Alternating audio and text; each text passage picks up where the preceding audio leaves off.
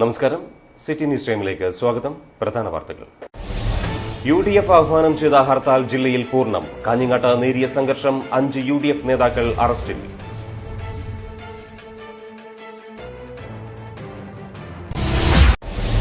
Endosulfan ദുരിതബാധിതരുടെ പട്ടികയിൽ ഉൾപ്പെടുത്താനുള്ള പ്രത്യേക medical ക്യാമ്പുകൾ ജില്ലയിൽ തുടങ്ങി. ആദ്യ ക്യാമ്പ് ചീമേനിയിൽ നടന്നു.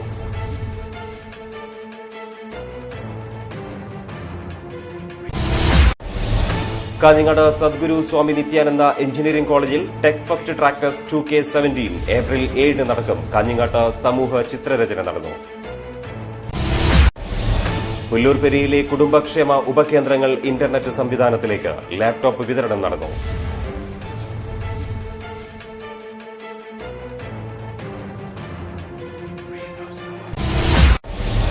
ഹൊസ്ദുർഗ് UPMCA LP സ്കൂളിന്റെ സമഗ്ര വികസനത്തിന് പദ്ധതിയായി. 2 കോടി രൂപയുടെ വികസന പ്രവർത്തനങ്ങൾക്ക് പദ്ധതിയായി.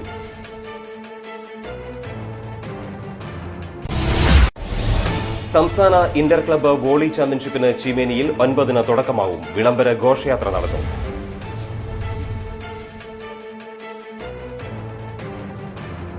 വാർത്തകൾ വിശദമായി. UDF ആഹ്വാനം ചെയ്ത ഹർത്താലിനിടെ കാഞ്ഞങ്ങാട്ട് സംഘർഷം.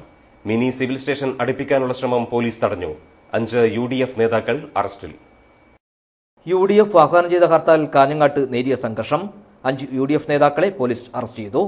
കാഞ്ഞങ്ങാട് മിനി സിവിൽ സ്റ്റേഷൻ അടുപ്പിക്കാനുള്ള ശ്രമത്തിനിടയിലാണ് സംഘർഷമുണ്ടായത്. ഹർത്താലിന്റെ ഭാഗമായി കാഞ്ഞങ്ങാട് UDF നേതൃത്വത്തിൽ പ്രകടനം നടന്നിരുന്നു. പ്രകടനത്തിൽ നിരവധി UDF പ്രവർത്തകർ പങ്കെടുത്തു. പ്രകടനത്തിന് UDF നേതാക്കളായ M. Kunhikrishnan, NK Ratnakaran, NA Khalid, Praveen Thoyammal, KP Mohanan, MP Jafar, M. Ibrahim, Padmarajan അയിങ്ങോത്ത് തുടങ്ങിയവർ നേതൃത്വം നൽകി.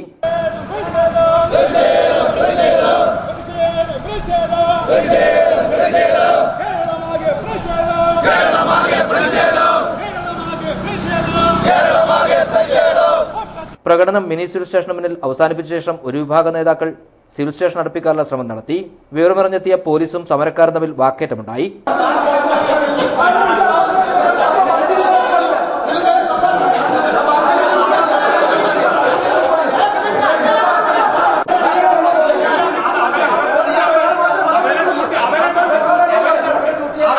ഒടുവിൽ 5 നേതാക്കളെ പോലീസ് അറസ്റ്റ് ചെയ്തു നിൽക്കുകയായിരുന്നു. CI CK സുനിൽകുമാറിന്റെ നേതൃത്വത്തിലാണ് പോലീസ് സമരക്കാരെ അറസ്റ്റ് ചെയ്തത്. സിവിൽ സ്റ്റേഷൻ അടുപ്പിക്കാനെത്തിയ UDF നേതാക്കളായ പ്രവീൺ തോയമ്മൽ, സുഹാസ്, പത്മരാജൻ അയിങ്ങോത്ത്, രതീഷ് കാട്ടുകുളങ്ങര, യാസിർ മുറിയനാവി എന്നിവരെയാണ് പോലീസ് അറസ്റ്റ് ചെയ്ത് നീക്കിയത്. പിന്നീട് വരെ ജാമ്യത്തിൽ വിടുകയായിരുന്നു. പോലീസ് ആസ്ഥാനത്ത് ജിഷ്ണുവിന്റെ മാതാവിനെ അറസ്റ്റ് ചെയ്ത് നീക്കിയ പോലീസ് നടപടിയിൽ പ്രതിഷേധിച്ച് UDF ആഹ്വാനം ചെയ്ത ഹർത്താൽ ജില്ലയിൽ പൂർണ്ണം. ഹർത്താൽ പൊതുവെ സമാധാനപരം. പാമ്പാടി നെഹ്റു കോളേജിലെ വിദ്യാർത്ഥി ജിഷ്ണു പ്രണയുടെ മരണവുമായി ബന്ധപ്പെട്ട് നീതി തേടിയെത്തിയ അമ്മ മഹിജയ്ക്ക് നേരെയുണ്ടായ കയ്യേറ്റത്ത് പ്രതിഷേധിച്ചാണ് UDF ഹർത്താലിന് ആഹ്വാനം ചെയ്തത്. UDF ആഹ്വാനം ചെയ്ത ഹർത്താൽ ജില്ലയിൽ പൊതുവെ സമാധാനപരമായിരുന്നു. കാഞ്ഞങ്ങാട്ടും കാസർകോട്ടും കടകൾ അടഞ്ഞുകിടന്നു. സ്വകാര്യ വാഹനങ്ങളിൽ ഇരുചക്ര വാഹനങ്ങൾ മാത്രമാണ് നിരത്തിലിറങ്ങിയത്. സർക്കാർ ഓഫീസുകളും അടഞ്ഞുകിടന്നു. പ്രവർത്തിച്ച ഓഫീസുകളിലാവട്ടെ ഹാജർ നിലയും കുറവായിരുന്നു. KSRTC ബസും ഓട്ടം നിർത്തിവെച്ചതോടെ ഗതാഗതം പൂർണ്ണമായി സ്തംഭിച്ചു. വാഹന ഗതാഗതം സ്തംഭിച്ചതോടെ ദൂരയാത്രികർ വിവിധ റെയിൽവേ സ്റ്റേഷനുകൾ കുടുങ്ങി. പ്രതീക്ഷിക്കാതെ പ്രഖ്യാപിച്ച ഹർത്താൽ മൂലം ജനജീവിതം സ്തംഭിച്ചു. UDF ആഹ്വാനം ചെയ്ത ഹർത്താൽ ജില്ലയിൽ പൂർണ്ണം. കാസർഗോഡ് നഗരത്തിൽ കടകൾ അടഞ്ഞുകിടന്നു. സർക്കാർ സ്ഥാപനങ്ങളിലും ഹാജർ നില കുറവായിരുന്നു. സ്വകാര്യ വാഹനങ്ങൾ പതിവ് പോലെ നിരത്തിലിറങ്ങി. ചില ഓട്ടോറിക്ഷകൾ സർവീസ് നടത്താൻ തയ്യാറായത് തീവണ്ടി യാത്രക്കാർ അടക്കമുള്ളവർക്ക് സഹായകമായി. അതിനിടെ തിരുവനന്തപുരത്ത് പോലീസ് അതിക്രമം കാണിച്ചെന്നാരോപിച്ച് BJP പ്രവർത്തകർ കാസർഗോഡ് നഗരത്തിൽ പ്രകടനം നടത്തി.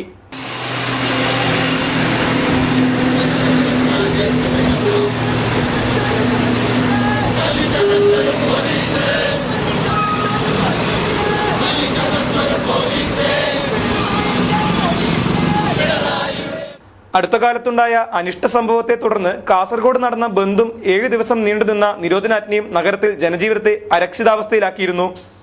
ഈ പശ്ചാത്തലത്തിൽ പ്രത്യക്ഷത്തിൽ അനാവശ്യമെന്ന് തോന്നിപ്പിച്ച ഹർത്താലിനോട് സമ്മിശ്ര പ്രതികരണമാണ് ഉയർന്നത്. ജനജീവിതം സ്തംഭിപ്പിച്ചുകൊണ്ടുള്ള പ്രതിഷേധ മാർഗങ്ങൾക്കെതിരെ ഉയർന്നുവരുന്ന ജനവികാരം എല്ലാ രാഷ്ട്രീയ പാർട്ടികളും തിരിച്ചറിയുവാൻ ശ്രമിക്കേണ്ടതുണ്ട്. എൻഡോസൾഫാൻ ദുരിതബാധിതരുടെ പട്ടികയിൽ ഉൾപ്പെടുത്താനുള്ള പ്രത്യേക മെഡിക്കൽ ക്യാമ്പുകൾക്ക് ജില്ലയിൽ തുടക്കമായി. 5 കേന്ദ്രങ്ങളിലായി നടക്കുന്ന ക്യാമ്പിൽ ആദ്യത്തേത് ചീമേനിയിൽ. എൻഡോസൾഫാൻ ജില്ലാ സെല്ല് തെരഞ്ഞെടുത്ത 737 പേരിൽ ചീമേനി ക്യാമ്പിലെത്തിയത് 590 പേർ.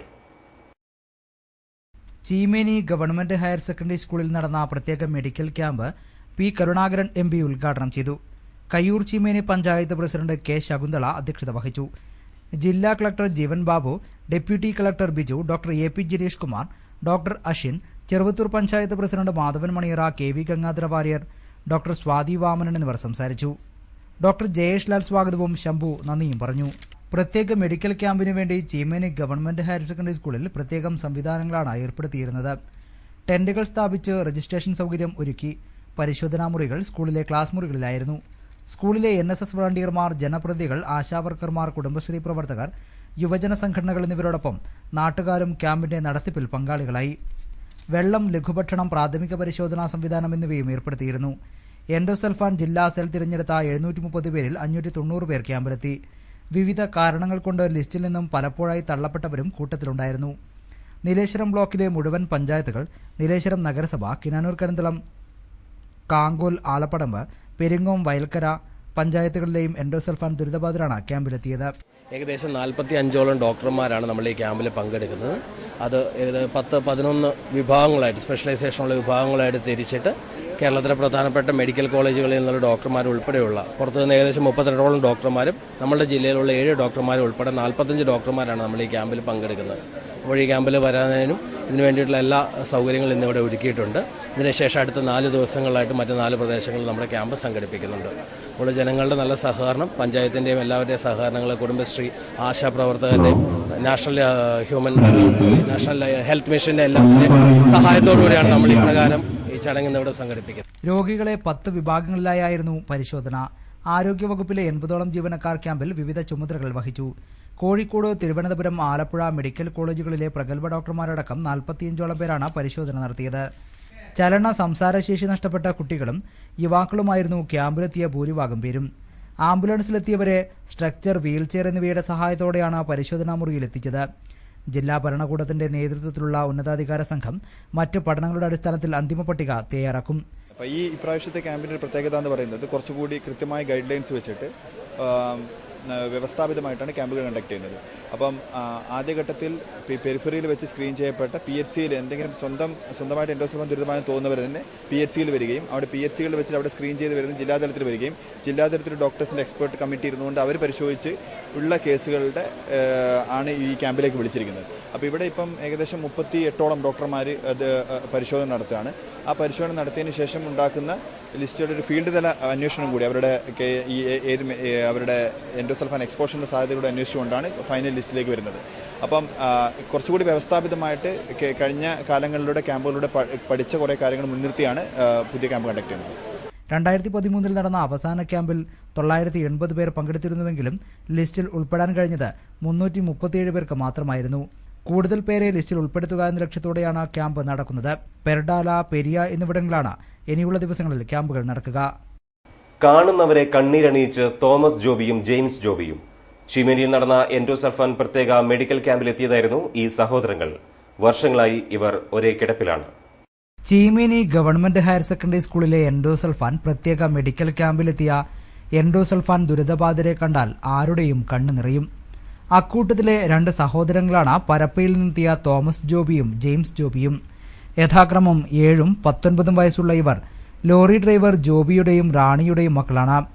രാജപുരത്ത് ജനിച്ചു വളർന്നവരാണിവർ. എന്നാൽ ഈ കുടുംബം താമസിക്കുന്നത് കിനാനൂർ കരിന്തളം പഞ്ചായത്തിലെ പരപ്പയിലാണ്. വർഷങ്ങളായി ഈ സഹോദരങ്ങൾ പരപ്പയിലെ വീട്ടിൽ 2 മുറികളിലായി ഒന്ന് എഴുന്നേൽക്കാൻ പോലും കഴിയാതെ കിടക്കുകയാണ്. 8 വയസ്സുവരെ വീട്ടുമുറ്റത്ത് ഓടിക്കളിച്ചവരായിരുന്നു ഇവർ. പെട്ടെന്നായിരുന്നു മാരകരോഗം ഇവരെ കീഴടക്കിയത്. കാലുകൾ ശോഷിച്ചു, നെഞ്ചെല്ലുകൾ പുറംതള്ളി, ഒരേ കിടപ്പ്. മാതാപിതാക്കളെ മാത്രമല്ല കാണുന്നവരെ പോലും കണ്ണീരണിയിക്കുന്ന കാഴ്ച. 2 മക്കൾ, മൂത്തയാൾ ജെയിംസ് 10 വയസ്സായി, ഇളയാൾ തോമസ് 17 വയസ്സായി. 8 വയസ്സ് വരെ 2 പേരും നടന്നിരുന്നു. അതിനുശേഷം ഇങ്ങനെയായത്. ആനുകൂല്യങ്ങളൊന്നും കിട്ടിയിട്ടില്ല. മുഖ്യമന്ത്രിയുടെ ദുരിതാശ്വാസ നിധിയിൽ നിന്ന് ഉമ്മൻചാണ്ടിയുടെ ഇതിൽ കുറച്ച് കിട്ടിയായിരുന്നു. ഇവിടെ ചീമേനി തന്നെ ക്യാമ്പിൽ പങ്കെടുത്തായിരുന്നു. അന്ന് ലിസ്റ്റിൽ ഉൾപ്പെട്ടിട്ടില്ല. ചികിത്സകൾ മുറയ്ക്ക് നടക്കുന്നുണ്ടെങ്കിലും യാതൊരു മാറ്റവും ഇന്നേ വരെയില്ല. കിടപ്പിലായ ഈ കുട്ടികളെ ശുശ്രൂഷിക്കാൻ മാതാവ് റാണി സദാസമയവും കൂടെ ഉണ്ടാകേണ്ടതുണ്ട്.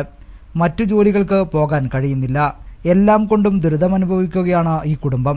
കഴിഞ്ഞ തവണ നടന്ന ക്യാമ്പിൽ പങ്കെടുത്തിരുന്നുവെങ്കിലും ലിസ്റ്റിൽ ഉൾപ്പെട്ടിരുന്നില്ല. അതുകൊണ്ടാണ് കുട്ടികളെയും കൊണ്ട് മാതാപിതാക്കൾ വീണ്ടും ക്യാമ്പിലെത്തിയത്. ഇത്തവണ ലിസ്റ്റിൽ ഉൾപ്പെടുമെന്ന പ്രത്യാശയിലുമാണ് ഈ കുടുംബം.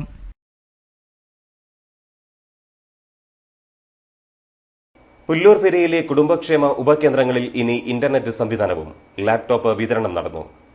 പുല്ലൂർപെരിയയിലെ കുടുംബക്ഷേമ ഉപകേന്ദ്രങ്ങളിൽ ഇന്റർനെറ്റ് സംവിധാനമായി. പുല്ലൂർപെരിയ പഞ്ചായത്തിലെ വാർഷിക പദ്ധതിയിൽ ഉൾപ്പെടുത്തിയാണ് കുടുംബക്ഷേമ ഉപകേന്ദ്രങ്ങൾക്ക് ഇന്റർനെറ്റ് കണക്ഷനും ലാപ്ടോപ്പും വിതരണം ചെയ്തത്. പെരിയ സാമൂഹ്യാരോഗ്യ കേന്ദ്രത്തിൽ വെച്ച് നടന്ന ചടങ്ങിൽ ജില്ലാ collector K Jeevan Babu laptop വിതരണം ചെയ്തു.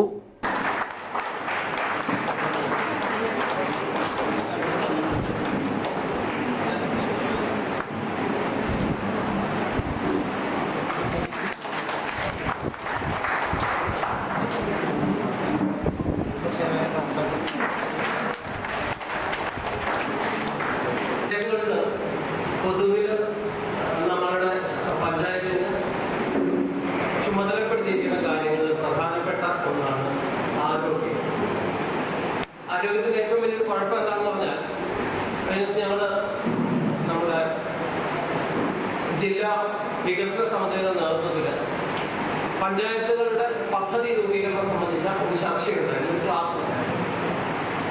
ക്ലാസ് എടുക്കാവുന്ന വ്യക്തി വളരെ എന്താണ് പറയുന്നത്, ചിന്തോദീപമായ രീതിയിലുള്ള കുറച്ച് കാര്യങ്ങൾ പറയും. അതിൽ പ്രധാനപ്പെട്ട കാര്യം എന്ന് പറഞ്ഞതാണ് ആരോഗ്യം എന്ന വിഷയത്തിൽ നമ്മൾ പലപ്പോഴും പഞ്ചായത്തുകൾ പറയുമ്പോൾ പഞ്ചായത്തുകൾക്ക് വലിയ കെട്ടിടങ്ങൾ കെട്ടിയുണ്ടാക്കുക, അവിടെ കൂടുതൽ ഡോക്ടർമാരെ അപ്പോയിന്റ് ചെയ്യുക, കൂടുതൽ ആളുകൾ പഞ്ചായത്തിൽപ്പെട്ട കൂടുതൽ ആളുകൾ ആശുപത്രിയിലേക്ക് വരിക, അവർക്കെല്ലാ സൗകര്യങ്ങളും ചെയ്തു കൊടുക്കുക.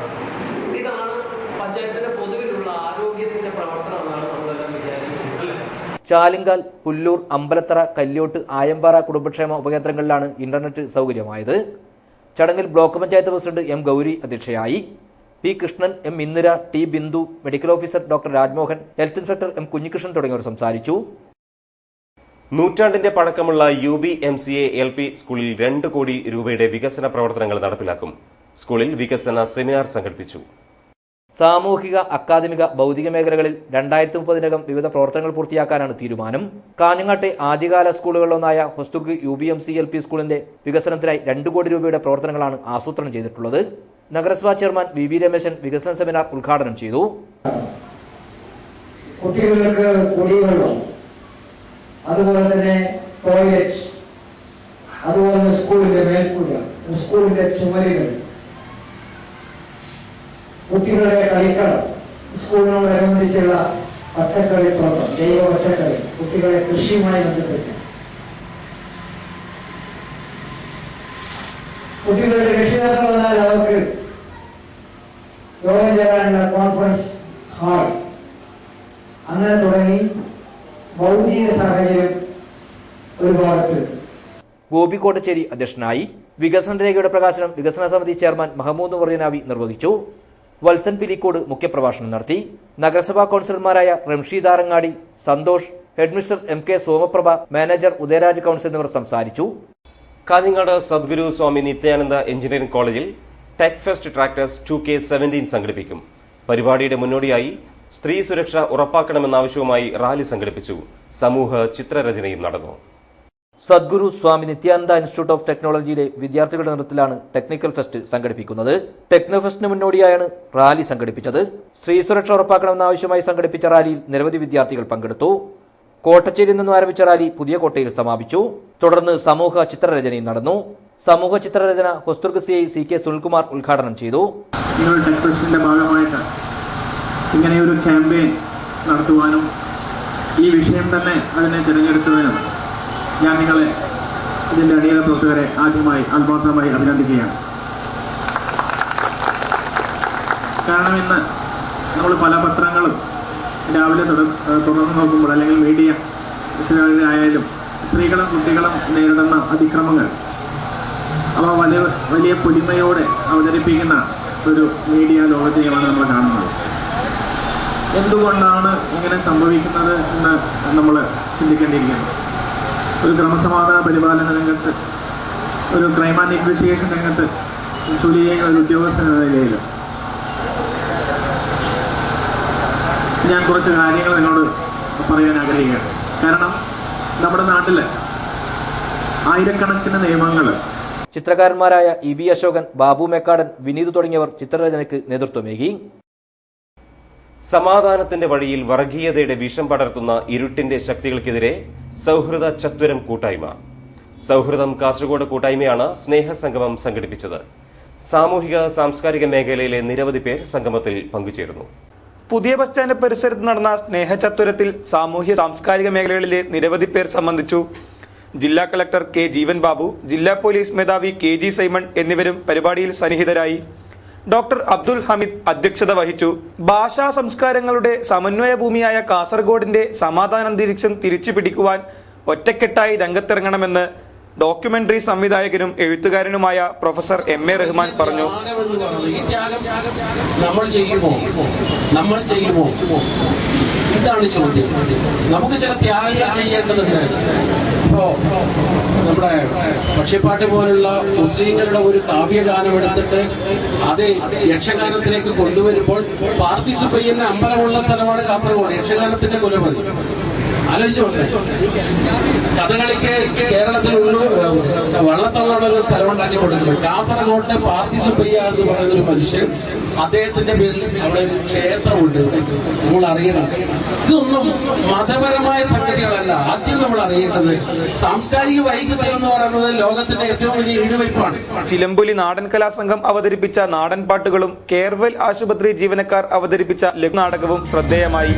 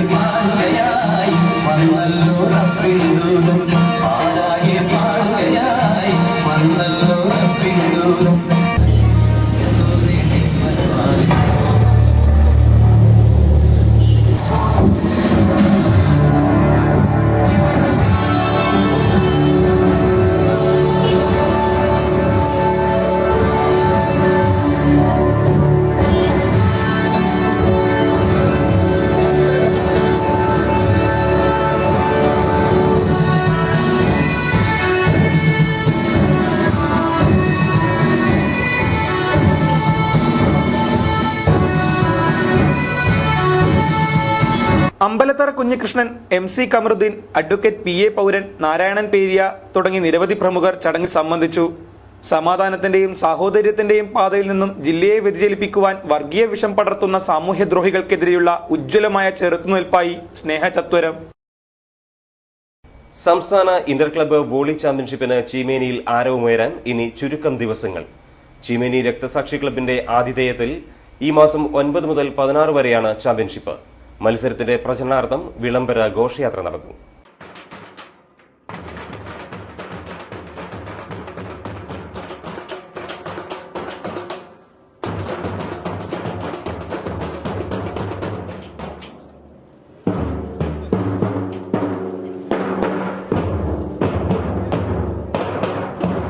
ആവേശം പകരുന്ന വോളിബോൾ പോരാട്ടത്തിന് ഇനി വിരലിലെണ്ണാവുന്ന ദിവസങ്ങൾ എന്ന ഓർമ്മപ്പെടുത്തലോടെയാണ് ചീമേനി ടൗണിൽ വിളംബര ഘോഷയാത്ര നടത്തിയത്. സ്റ്റേറ്റ് ഇന്റർ ക്ലബ്ബ് ബോഡി 2017 വിളംബര ഘോഷയാത്ര എന്ന ബാനറിന്റെ പുറകിൽ കായിക പ്രേമികൾ അണിനിരന്നു. സംസ്ഥാന വോളിബോൾ അസോസിയേഷൻ, ജില്ലാ വോളിബോൾ അസോസിയേഷൻ എന്നിവയുടെ നേതൃത്വത്തിൽ സംഘടിപ്പിക്കുന്ന സംസ്ഥാന ഇന്റർ ക്ലബ്ബ് വോളിബോൾ ചാമ്പ്യൻഷിപ്പിന് ആതിഥ്യമരുളുന്നത് ചീമേനിയിലെ രക്തസാക്ഷി ക്ലബ്ബാണ്. ചീമേനിയിൽ പ്രത്യേകം തയ്യാറാക്കിയ സ്റ്റേഡിയത്തിൽ ഏപ്രിൽ 9 മുതൽ 16 വരെയാണ് ചാമ്പ്യൻഷിപ്പ് മത്സരങ്ങൾ. BPCL Kochi, Indian navy, KSEB Thiruvananthapuram, Kerala police, customs Kochi, MEG Thiruvananthapuram, Kerala postal, Indian army എന്നിവയെ പ്രതിനിധീകരിച്ച് പുരുഷ ടീമുകളും KSEB Thiruvananthapuram, Kerala police, assumption Changanassery, saint Joseph Irinjalakuda എന്നീ വനിതാ ടീമുകളും കളിക്കളത്തിലിറങ്ങും. അന്തർദേശീയ താരങ്ങളായ Tom Joseph, Kishore Kumar, Vipin M George, Rohit, Akhil, Jerome Vineeth, KG Ragesh, Fahad തുടങ്ങിയ താരങ്ങൾ സർവും സ്മാഷും ബ്ലോക്കും സേവുമായി കാണികൾക്ക് ആവേശം പകർന്ന വിവിധ ടീമുകളുടെ ജേഴ്സി അണിയും. കയ്യൂർ ചീമേനി പഞ്ചായത്തിലെയും പരിസര പ്രദേശങ്ങളിലെയും സമഗ്ര കായിക വളർച്ചയും പാവപ്പെട്ട ജനവിഭാഗങ്ങൾക്ക് സഹായകരമാകുന്ന ചാരിറ്റി പ്രവർത്തനങ്ങളും ലക്ഷ്യമിട്ടാണ് ചീമേനി രക്തസാക്ഷി ക്ലബ്ബ് ഈ കായിക മാമാങ്കത്തിന് വേദിയൊരുക്കിയിരിക്കുന്നത്.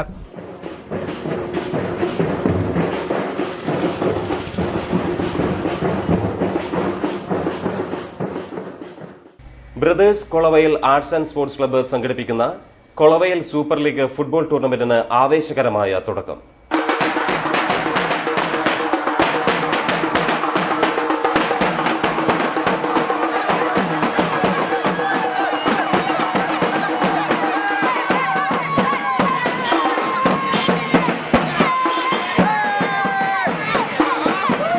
കൊളവയൽ സൂപ്പർ ലീഗ് ഫുട്ബോൾ ടൂർണമെന്റിന് തുടക്കമായി. സൂപ്പർ ലീഗ് മത്സരങ്ങൾ കൊളവയലിനെ ആവേശ ലഹരിയിലാഴ്ത്തി.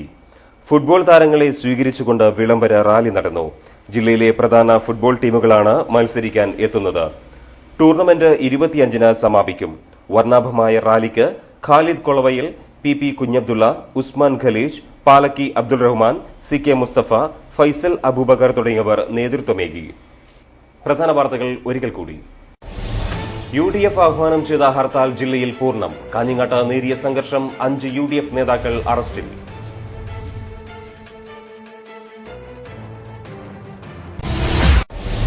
എൻഡോസൾഫാൻ ദുരിതബാധിതരുടെ പട്ടികയിൽ ഉൾപ്പെടുത്താനുള്ള പ്രത്യേക മെഡിക്കൽ ക്യാമ്പുകൾ ജില്ലയിൽ തുടങ്ങി. ആദ്യ ക്യാമ്പ് ചീമേനിയിൽ നടന്നു.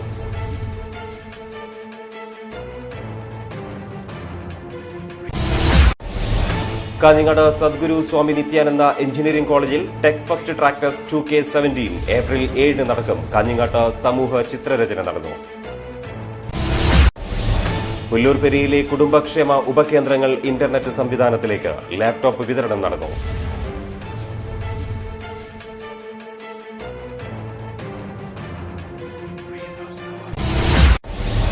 ഹൊസ്ദുർഗ് UPMCA LP സ്കൂളിന്റെ സമഗ്ര വികസനത്തിന് പദ്ധതിയായി 2 കോടി രൂപയുടെ വികസന പ്രവർത്തനങ്ങൾക്ക് പദ്ധതിയായി.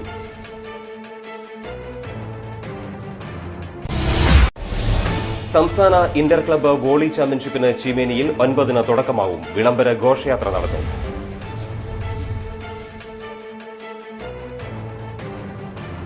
വാർത്തകൾ അവസാനിക്കുന്നു. നമസ്കാരം.